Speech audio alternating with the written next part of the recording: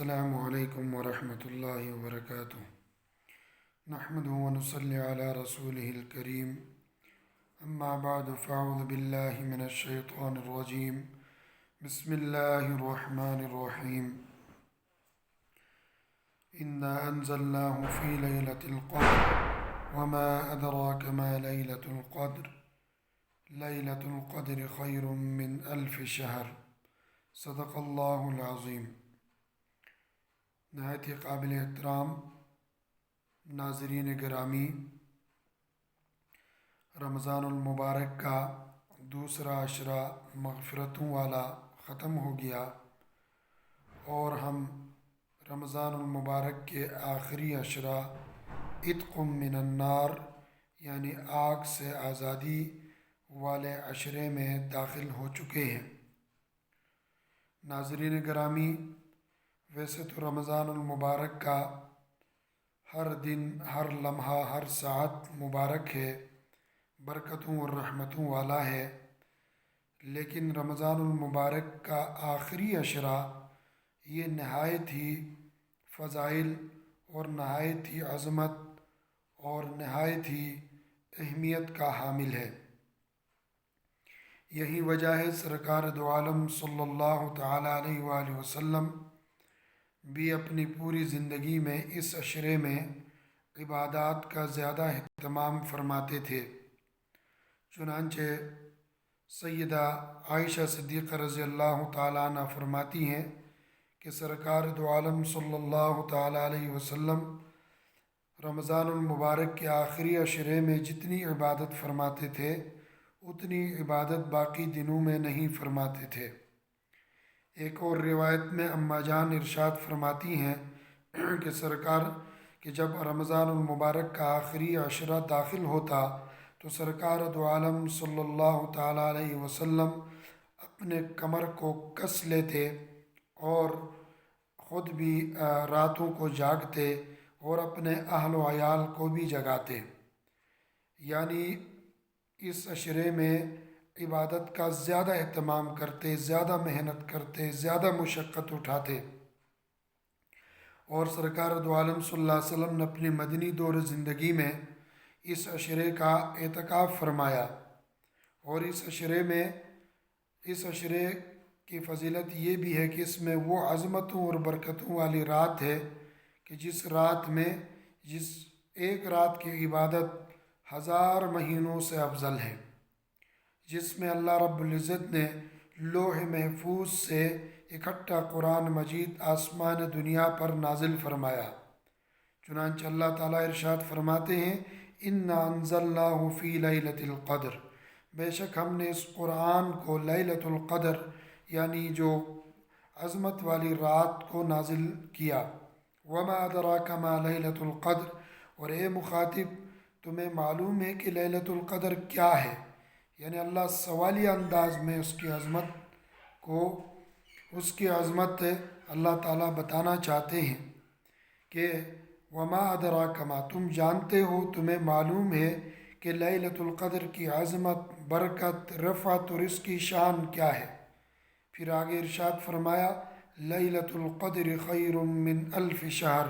کہ لیلۃ القدر یہ 1000 مہینوں سے افضل ہے، یعنی اس ایک رات کی عبادت 1000 مہینوں کی عبادت سے افضل ہے اور بہتر ہے۔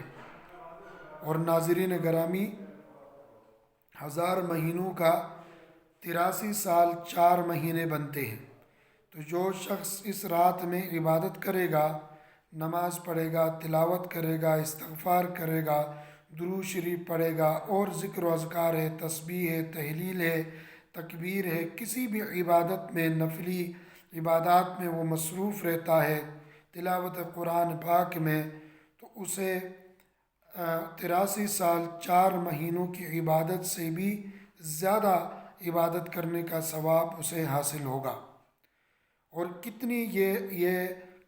افضل ہے، کتنی بہتر ہے، اس کا اندازہ اللہ ہی کو معلوم ہے۔ بس ایمان والوں کے لیے یہ بہت بڑی رحمت والی رات ہے، لہٰذا ایمان والوں کو چاہیے کہ اس رات کی قدر کرے اور اس رات کو کمانے کا بہترین طریقہ تو وہی ہے جو سرکار دو عالم صلی اللہ علیہ وسلم خود اپناتے تھے، جیسا کہ اس عشرے کا اعتکاف فرمانا۔ اور آپ صلی اللہ علیہ وسلم کی وصال کے بعد ازواج مطہرات پابندی سے اس عشرے کا اعتکاف فرماتی تھی، اور جو شخص اعتکاف میں رہتا ہے اس کے دیگر جو فضائل تو انہیں ملیں گے ہی ملیں گے، لیکن لیلۃ القدر کا پانا معتکف کے لیے یقینی ہے، کیونکہ جو شخص اعتکاف کی نیت سے مسجد میں پڑا رہتا ہے، اللہ کے در میں پڑا رہتا ہے، اور دنیا سے تعلق توڑ کر اپنے خالق کی طرف متوجہ رہتا ہے اور اسی کے ساتھ لو لگا کے بیٹھتا ہے، تو اس کی مسجد کے اندر اس نیت سے بیٹھنا کی وجہ سے اس کا کھانا بھی عبادت میں شمار ہے، اس کا سونا بھی عبادت میں شمار ہے۔ چنانچہ جو اعتکاف کرنے والا ہے وہ تو اس رات سے محروم نہیں ہوتا۔ اور اعتکاف کے مستقل فضائل بھی ہے کہ حدیث کی روشنی میں حضور صلی اللہ علیہ وسلم نے فرمایا کہ جو شخص ایک دن کا اعتکاف کرے تو اللہ تعالیٰ اس کے اور اس کی جہنم کے درمیان 3 خندقیں حائل فرماتے ہیں، اور ایک خندق کی چوڑائی اتنی زیادہ ہے کہ جس طرح آسمان اور زمین کے درمیانی چوڑائی ہے، اسی طرح یا مشرق اور مغرب کے درمیان کتنی چوڑائی ہے، اتنی چوڑی 3 خندقیں اللہ تعالیٰ حائل فرمائیں گے ایک دن کے اعتکاف پر۔ تو جو 10 دن اعتکاف فرمائے گا تو تقریباً 30 خندقیں اللہ تعالیٰ اس کے اور جہنم کے درمیان حائل فرمائیں گے، یعنی اس کو جہنم کو اس سے بہت دور لے جائیں گے اور اسے بھی جہنم سے اللہ دور فرمائیں گے۔ اور ایک دوسری روایت میں آتا ہے کہ جو شخص اعتکاف کرتا ہے وہ تمام گناہوں سے محفوظ رہتا ہے، اور اس کو ان نیکیوں کا بھی ثواب ملتا ہے جو وہ مسجد سے باہر رہ کے کیا کرتا تھا۔ مثلاً وہ بیماروں کی عیادت کرتا تھا، جنازوں میں شرکت کرتا تھا، علماء صلحاء کی مجالس میں وہ رہتا تھا، کسی غریب کی مدد کے لیے جایا کرتا تھا، لیکن اب اعتکاف کی وجہ سے باہر وہ نیکیاں نہیں کر سکتا، تو اللہ تعالیٰ اس اعتکاف کی برکت سے اسے مسجد میں بیٹھے بیٹھے ان تمام اعمال کا اجر عطا فرماتا ہے۔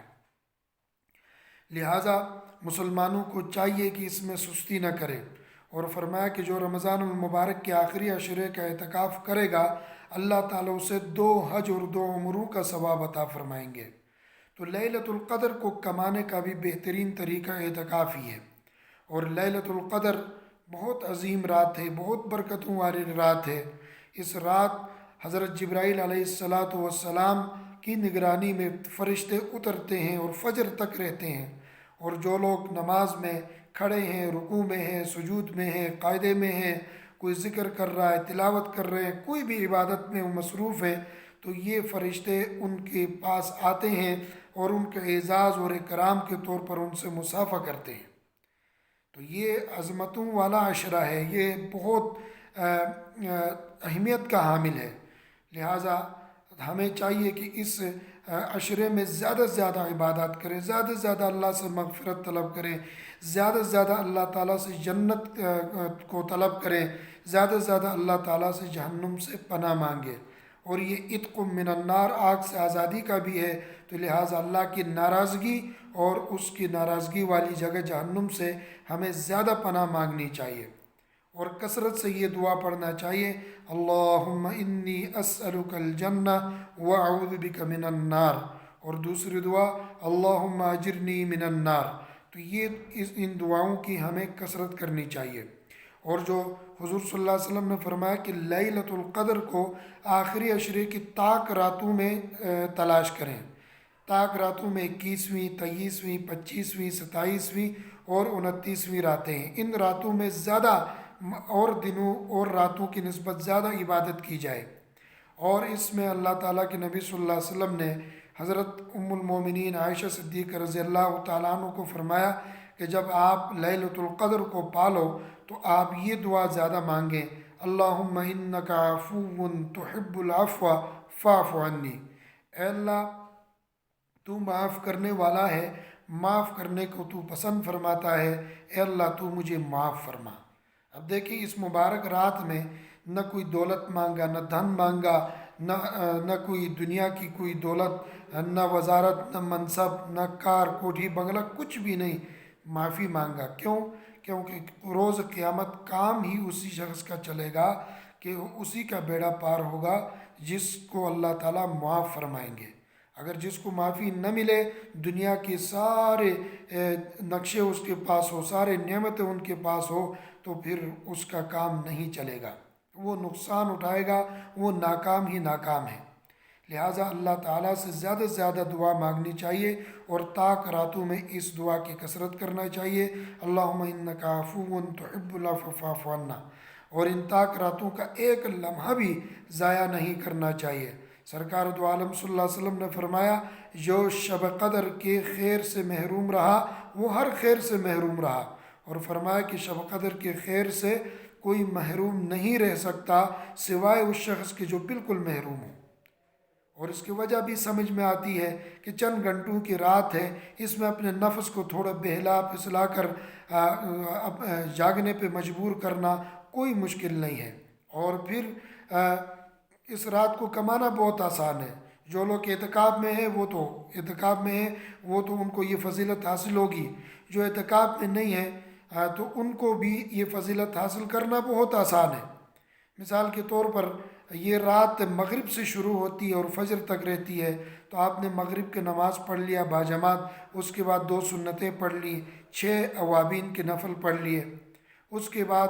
آپ نے عشاء کی نماز پڑھ لی، اس کے ساتھ آپ نے تراویح پڑھ لی، اور کچھ تلاوت، کچھ اذکار میں کچھ دیر مصروف رہے۔ نیند آ گئی، نیند کا غلبہ ہوا، آرام کریں، سحری کے وقت ذرا پہلے اٹھ کے 2 رکعت، 4، 6، 8 رکعت جتنی بھی نصیب ہو تہجد پڑھیں، اور پھر فجر کی نماز باجماعت ادا کریں گے تو انشاءاللہ اس سے شب قدر کی فضیلت حاصل ہو جائے گی۔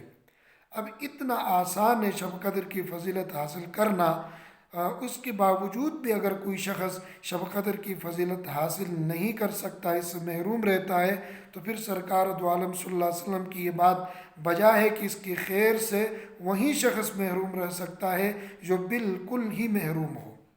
تو اللہ رب العزت ہم سب کو محرومی سے بچائے، اور ان راتوں کی قدردانی کی توفیق عطا فرمائے، اور ان راتوں میں زیادہ سے زیادہ تلاوت، استغفار، درود شریف، تہجد اور نوافل اور نمازیں پڑھنے کی اللہ توفیق عطا فرمائے۔ اللہ تعالیٰ مجھے اور آپ سب کو عمل کی توفیق عطا فرمائے۔ وآخر دعوانا ان الحمد للہ رب العالمین، والسلام علیکم ورحمۃ اللہ وبرکاتہ۔